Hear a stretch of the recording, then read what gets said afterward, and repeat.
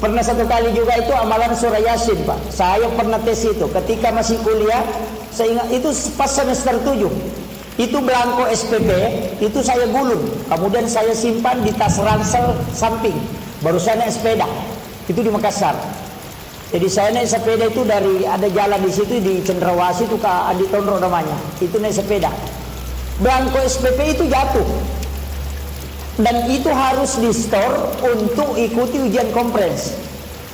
Saya pergi melapor bahwa jatuh, dosen tidak mau terima. Bilang tidak, harus kau lampirkan belangko pembayaran. Saya mengatakan ini jatuh, tidak tahu di mana jatuh. Dia bilang harus ambil surat keterangan, baru pergi print ulang untuk datanya di bank. Saya bilang wah parah ini. Jadi saya itu stres karena tinggal 4 hari harus ujian. Saya pulang itu sudah putar 2 kali bolak-balik mencari itu di jalan yang saya lewati tidak ada. Saya ke Menuruki waktu itu.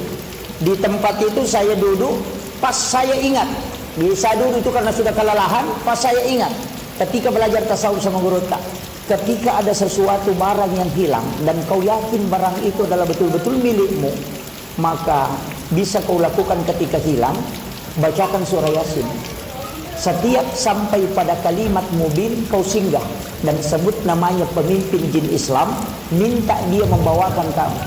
Jadi dulu diajarkan itu disuruh pakai tempurung kelapa untuk disimpan di tanah. Nah waktu itu tidak ada tempurung kelapa, yang saya dapat cuma sabuk kelapa.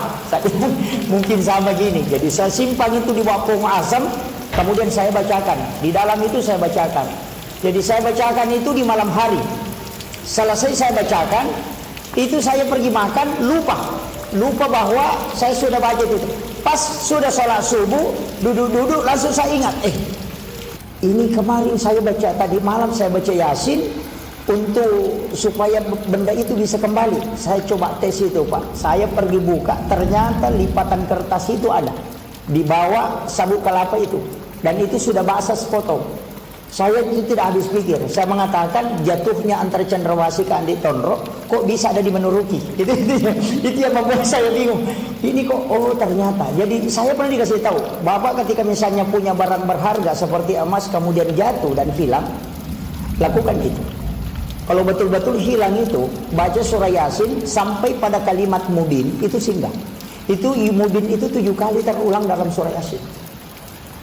Fi dhalalim mubin. Di situ kita singgah.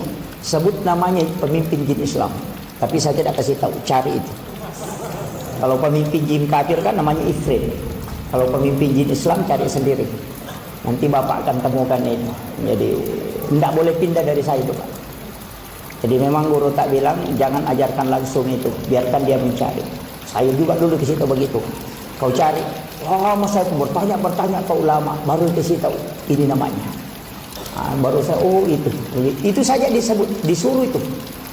Jadi pemimpin jin Islam itu disuruh, memang ada, dan itu ternyata